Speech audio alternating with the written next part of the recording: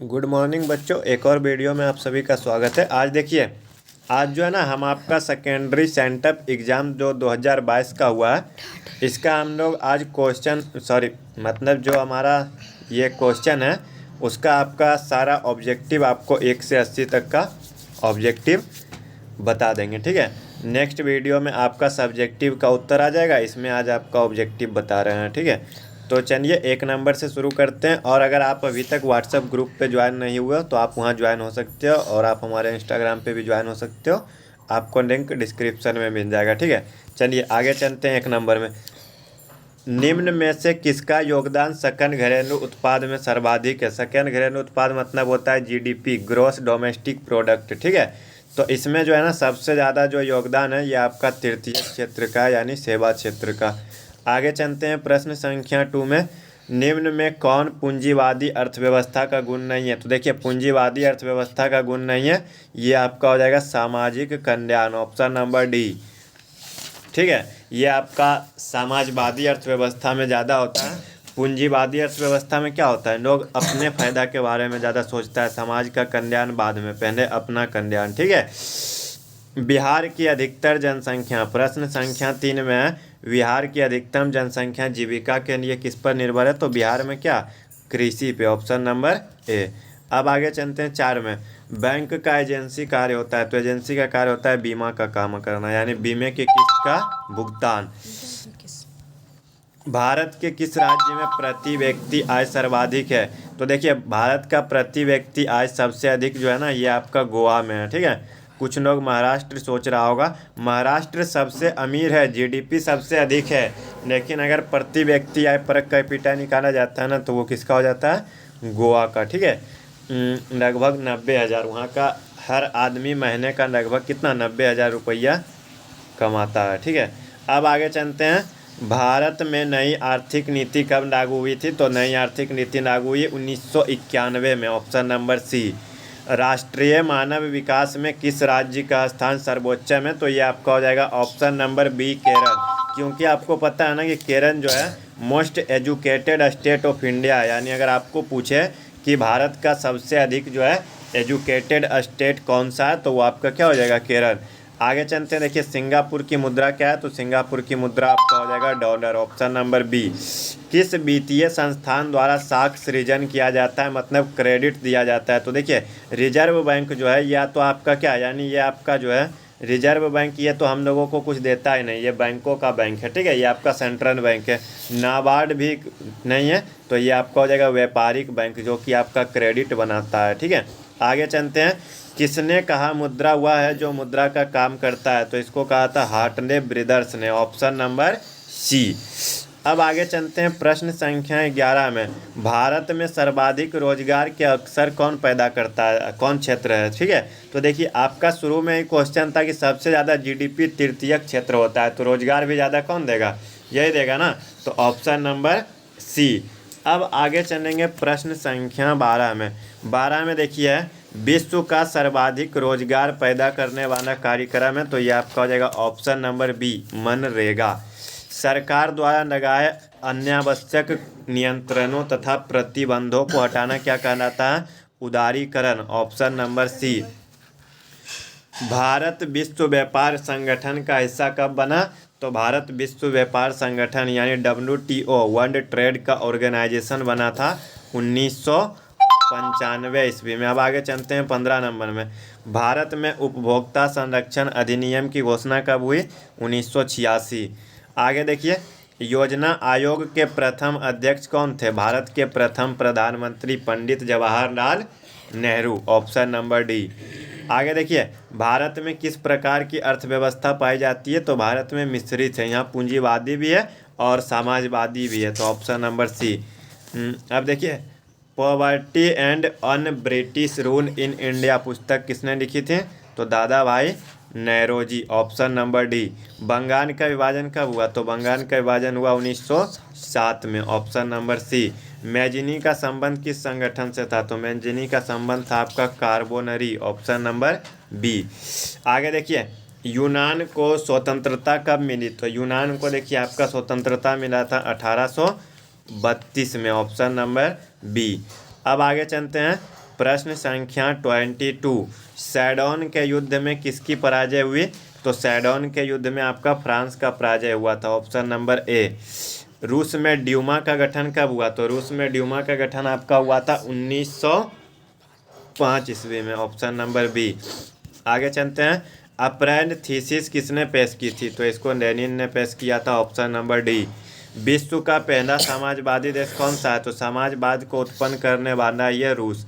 Karl Marx का जन्म कहाँ हुआ था? तो कार्ल मार्क्स का जन्म हुआ था जर्मनी में, ऑप्शन नंबर सी। वियतनाम की राजधानी कहाँ है? तो वियतनाम की राजधानी हनोई, बैंकॉक आपका थाईलैंड का है, ठीक है।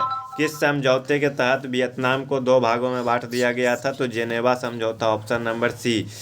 आगे देखते हैं, कांग्रेस के किस अधिवेशन में पूर्ण स्वराज्य की घोषणा की गई थी? तो ये आपका 1929 का लाहौर अधिवेशन, ऑप्शन नंबर ए। धरासना में किनके नेतृत्व में नमक सत्याग्रह हुआ था? तो ये आपका हो जाएगा Sarojini Naidu, option number C. East India Association की स्थापना कब हुई?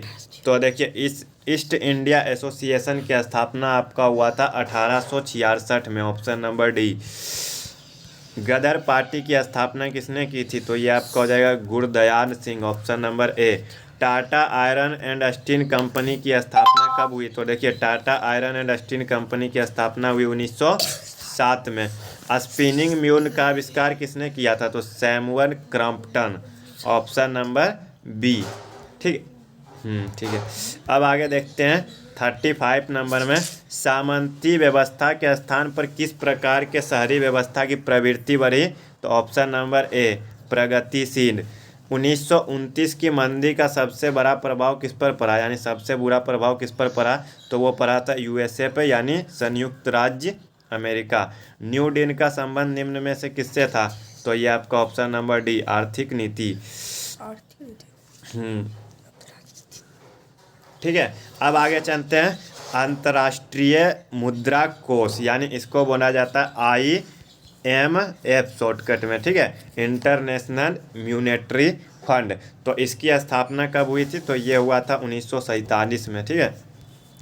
मुद्रण कला का आविष्कार कहाँ हुआ? तो चीन में, ऑप्शन नंबर सी। फिर आपका आगे चलते हैं, प्रथम पेपर मिल की स्थापना। देखिए, अगर आपको पूछा जाए कि पहला पेपर कहाँ बना, तो वो चीन में बना, लेकिन अगर आपको पूछा जाए कि मिल उसका से पहले कहाँ बैठा, तो वो जर्मनी में बैठा था, ऑप्शन नंबर बी।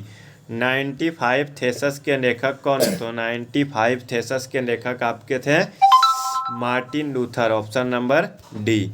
फिर देखते हैं 42 नंबर में, संवाद कौमुदी किस भाषा का पत्र था? तो संवाद कौमुदी जो था ये आपका था बंगला का था, ठीक है, ऑप्शन नंबर ए। आगे चलते हैं 43 नंबर में, रूसो कहाँ का दार्शनिक था? तो देखिए, रूसो सब क्या करेगा, देखेगा रूसो है तो रूस का होगा, ठीक है, लेकिन अगर रूस आप मार देते हैं तो ये गलत हो जाएगा। रूसो कहाँ का है? फ्रांस का है, ऑप्शन नंबर ए। गोलघर का निर्माण कब हुआ था? तो देखिए, गोलघर का निर्माण आपका हुआ था 1786 ईस्वी में, जो कि अनाज रखने के लिए बनाया गया था, और आज भी अनाज ही रखा जाता है, ठीक है। असहयोग आंदोलन का प्रस्ताव कांग्रेस के किस अधिवेशन में पारित हुआ था? सितंबर 1920, कलकत्ता। आगे देखेंगे, ताशकंद में भारतीय कम्युनिस्ट पार्टी की स्थापना किसने की? तो यह हो जाएगा आपका MN Roy, option number B. Young Italy की स्थापना किसने की थी? तो यंग इटली की स्थापना की थी मैजिनी ने। आगे देखिए, भारतीय संविधान सभा का गठन कब हुआ था? तो भारतीय संविधान सभा का गठन 1946 में हो गया था। कब हो गया था? तो अब कुछ लोग सोचेगा कि जब 1947 में भारत आज़ाद हुआ तो संविधान सभा का 1946 में कैसे गठन हो गया? देखिए, जब 1945 में द्वितीय विश्व युद्ध समाप्त हुआ था ना, तो अंग्रेज बहुत कमज़ोर हो गया था, ठीक है, अंग्रेज जो है वो क्या हुआ, बहुत कमज़ोर हो गया था। तो अब उसको लगने लगा था पहले से ही कि अब जिस तरह से इंडिया में विरोध बढ़ रहा था, और फिर जिस तरह से क्या सुभाष चंद्र बोस जी अपना सेना लेकर आ रहे थे, तो इस प्रकार से अंग्रेज जो है बहुत डर गया था। अब उसको लगा नहीं था कि यहाँ पर रह पाएंगे, इसीलिए उसने जो है ना, जाने से पहले जो है क्या किया, यानी संविधान सभा का गठन यानी होने लगा था, क्योंकि 1945 के बाद ही पता चल गया था कि अब वो यहाँ पर ज़्यादा दिन तक नहीं टिक पाएगा, इसीलिए 1946 में हुआ था। निम्न में कौन संघ सूची में है? तो देखिए संघ सूची, ये सूची देखिए तीन होता है, एक आपका होता है संघ, एक आपका होता है राज्य, और एक आपका होता है समवर्ती। देखिए संघ में जो होता है केंद्र का होता है, राज्य में राज्य सरकार का होता है, और संघ समवर्ती में आपका दोनों का अधिकार होता है। समवर्ती में क्या होता है? दोनों का अधिकार। तो संघ सूची देखिए, पुलिस जो है तो पुलिस आपका राज्य पुलिस होता है, यानी पुलिस जो है ये आपका आता है राज्य में।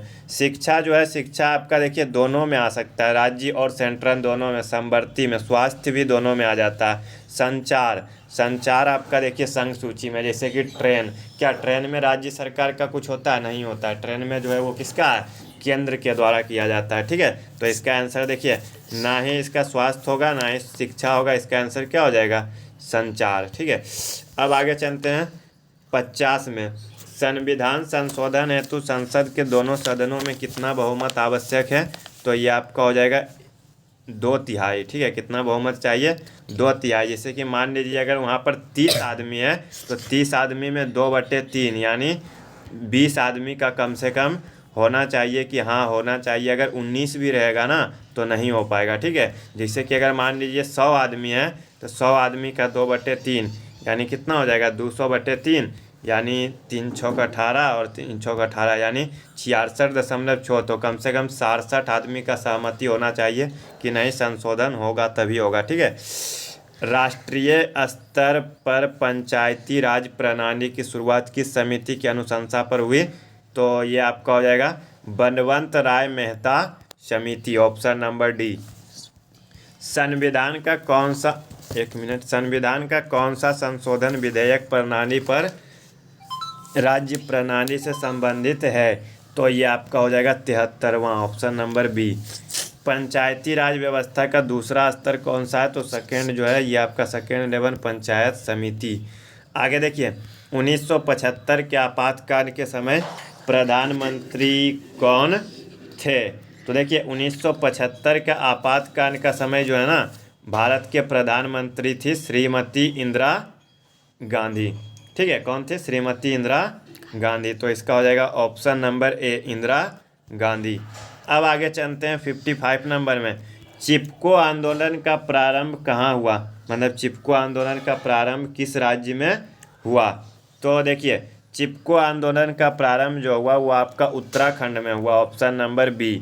निम्न में कौन राष्ट्रीय राजनीतिक दल है? तो देखिए राष्ट्रीय राजनीतिक दल इसमें आपका राजद है। ठीक है, ऑप्शन नंबर सी, क्योंकि ये अगर लोक जनशक्ति पार्टी है, लोजपा जो है ये चिराग पासवान का पार्टी है, जनता दल यूनाइटेड नीतीश कुमार का, और भारतीय कम्युनिस्ट पार्टी यानी ये भाजपा का, इसका अभी हमको पता नहीं है कि अध्यक्ष कौन सा है। ठीक है, तो ये आपका हो जाएगा राष्ट्रीय जनता दल।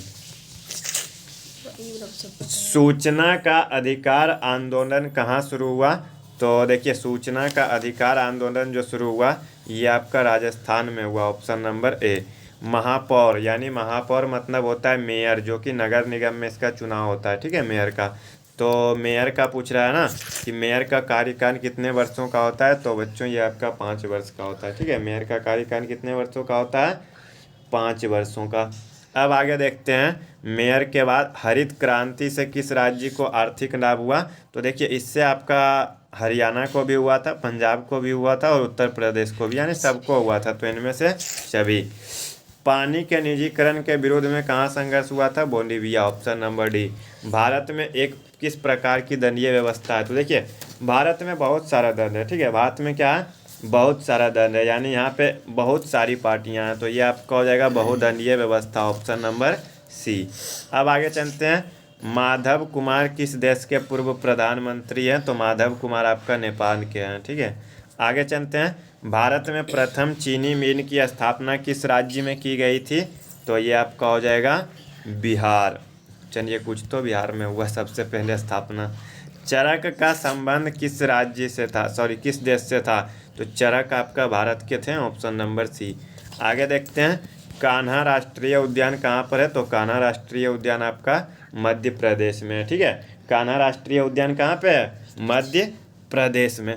आगे चलते हैं, महासागरीय संसाधनों पर देश का आधिपत्य कितना होता है? ठीक है, तो महासागरीय संसाधनों पर देश का आधिपत्य होता है जो सीमा से 200 किलोमीटर तक। आगे देखते हैं, निम्न में कौन स्वामित्व के आधार पर संसाधनों के वर्गीकरण का प्रकार नहीं है। तो देखिए, व्यक्तिगत है, सामुदायिक है, राष्ट्रीय है, लेकिन ये आपका नवीकरणीय और अनवीकरणीय तो दूसरा भाग ही चला जाता है, दूसरा पार्ट में है। ठीक है, आगे चलते हैं।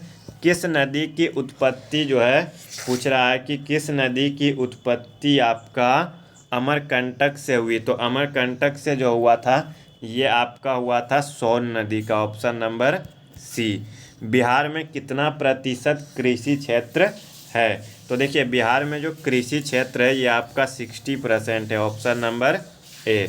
आगे देखते हैं, श्वेत क्रांति संबंधित है। तो देखिए, श्वेत क्रांति जो आपका संबंधित है ये आपका दूध से, ऑप्शन नंबर सी। ठीक है, आगे देखते हैं, रबर की खेती के लिए कैसा जलवायु चाहिए। तो रबर की खेती के लिए आपको चाहिए शुष्क जलवायु, यानी सूखा जलवायु। ठीक है, अब आगे चलिए 72 नंबर में, कौन सी फसल रबी और खरीफ दोनों के रूप में उगाई जाती है। तो देखिए, ये आपका अरंडी हो जाएगा, ऑप्शन नंबर डी। क्या हुआ, मूंगफली नहीं होगा, मूंगफली कौन सा बताया था, पता नहीं, तो हमको तो ये लग रहा है। चलिए ठीक है, इसको एक बार हम चेक कर लेंगे। ठीक है, दामोदर घाटी परियोजना का लाभ किन राज्यों को मिलता है। तो ये आपका हो जाएगा दामोदर घाटी, झारखंड और पश्चिम बंगाल, क्योंकि दामोदर कहाँ, पश्चिम बंगाल की नदी है। आगे देखते हैं 74 नंबर में, निम्न में कौन लौह अयस्क का एक प्रकार है। तो देखिए, लौह अयस्क का एक प्रकार है ये आपका लिग्नाइट। लिग्नाइट तो देखिए कोयला का है, विटुमिनस भी कोयला का है, पिट भी कोयला का है, तो चौथा एंथ्रासाइट भी लिख देता, लेकिन फिर इसका कहाँ आएगा। ठीक है, तो ये आपका हेमेटाइट हो जाएगा, ऑप्शन नंबर बी। बाकी ये तीनों जो है कोयला के 4 प्रकार होते हैं, तो ये 3 को कोयला का ही है। ठीक है, एक बचा एंथ्रासाइट। आगे देखते हैं 75 नंबर में, टैक्सोन का उपयोग होता है। तो देखिए, टैक्सोन का उपयोग कैंसर में होता है, ऑप्शन नंबर बी। बिहार का कौन सा क्षेत्र सूखा प्रवण है। तो सूखा आपका दक्षिण में होता है, उत्तर में आपका बाढ़ आता है। भूकंप केंद्र के ऊर्ध्वाधर पृथ्वी सतह पर स्थित केंद्र को क्या कहते हैं। तो ये आपका हो जाएगा अधिकेंद्र, ऑप्शन नंबर सी। निम्न में किसे खतरनाक सुखाड़ माना जाता है। तो कृषि सुखाड़। ठीक है, 78 79 में बाढ़ से किसको हानि होता है। तो देखिए, बाढ़ से फसल को भी होगा, पशु को भी होगा, घर को भी होगा ना। तो ये आपका क्या हो जाएगा, ऑप्शन नंबर डी, इनमें से सभी। आगे चलते हैं 80 नंबर में, निम्न में कौन प्राकृतिक आपदा है। तो देखिए, प्राकृतिक आपदा आतंकवाद तो नहीं है, परमाणु विस्फोट भी नहीं है, दंगा भी नहीं है, तो ये आपका क्या हो जाएगा, सुनामी, ऑप्शन नंबर सी। और कहाँ गया, और तो गया। ठीक है, तो देखिए, हमने जो था ना आपका 80 ऑब्जेक्टिव पूरा कंप्लीट बता दिया। देखिए, इसमें जो है ना ये इतना, यानी इसको पढ़ने का क्या ज़रूरत है। तो आपको हम बता दें कि ऑब्जेक्टिव जो है ना, ऑब्जेक्टिव आपका एक ऐसा हथियार है जो कि आप हर एग्ज़ाम में जो है ना, पास मार्क्स तो आपको ऑब्जेक्टिव ही दिला देगा, अगर आपको अच्छा से यानी पास होना है। और ऑब्जेक्टिव में जो है नंबर काटने का कोई चांस ही नहीं होता।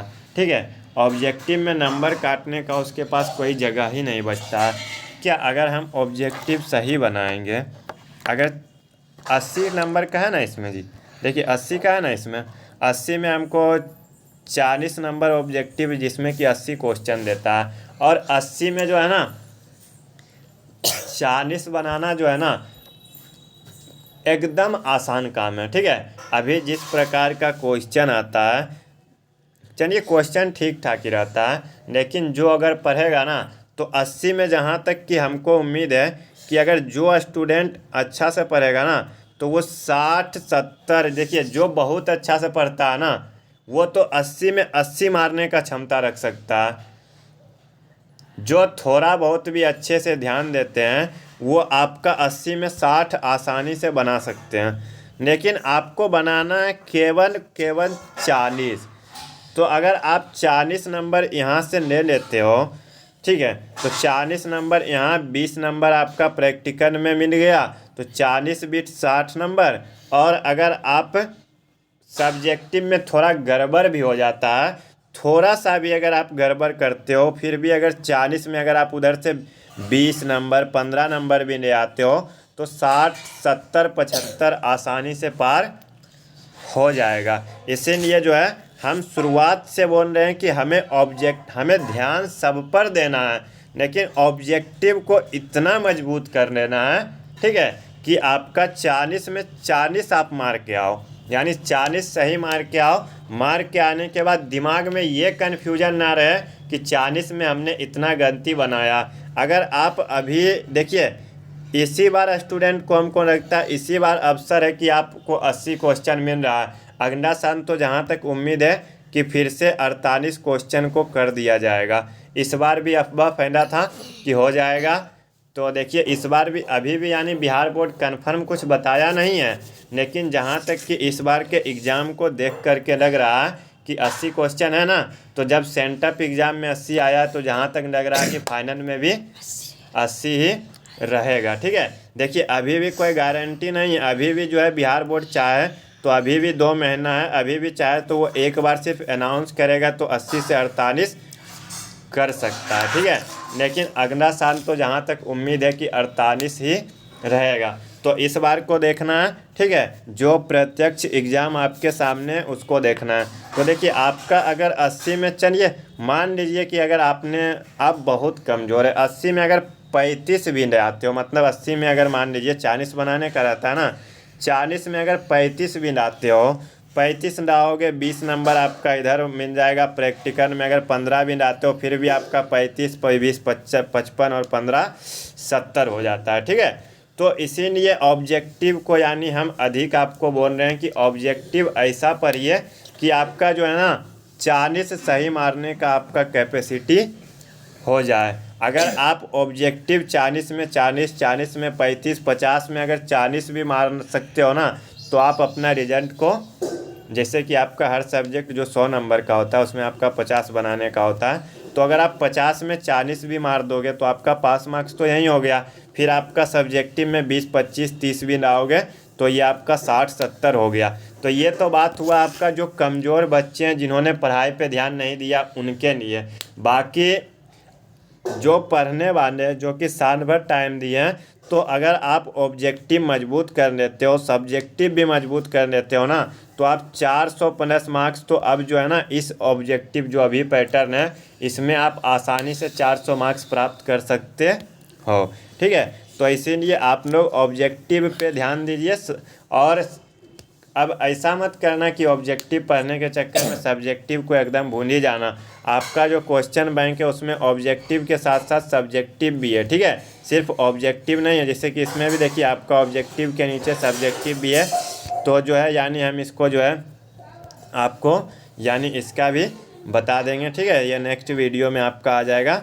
तो एक एक करके थोड़ा, हम क्वेश्चन को देखे भी नहीं है तो एक बार देख लेंगे, क्योंकि देखिए मेरा भी तो रिवीजन छूटा हुआ है, तो एक बार देख लेंगे, उसके बाद फिर हम आपको सब्जेक्टिव का भी वीडियो आ जाएगा। बस इस साल तक दिक्कत है, अगला साल अगर हम शुरुआत से जब पढ़ाना चालू करेंगे ना फिर तो कोई दिक्कत नहीं होगा। तो चलिए इस बार भी आपको कोई दिक्कत नहीं होगा, बस हमको थोड़ा सा अधिक टाइम देना पड़ता है और कोई बात नहीं है। तो चलिए मिलते हैं नेक्स्ट वीडियो में, आपको एक एक करके सारे सेंटअप एग्ज़ाम का क्वेश्चन ऑब्जेक्टिव सब्जेक्टिव सब समझा देंगे। ठीक है, उसके बाद फिर आपका क्वेश्चन बैंक चल ही रहा है, मॉडर्न पेपर चल ही रहा है। बस इतना करिए, आपका तो 400 नंबर तो आप इतना सजा सकते हो अगर आप इतना मेहनत करते हो।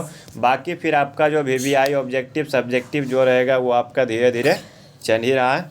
तो चलिए मिलते हैं नेक्स्ट वीडियो में, आज के लिए बस इतना ही। धन्यवाद, जय हिंद।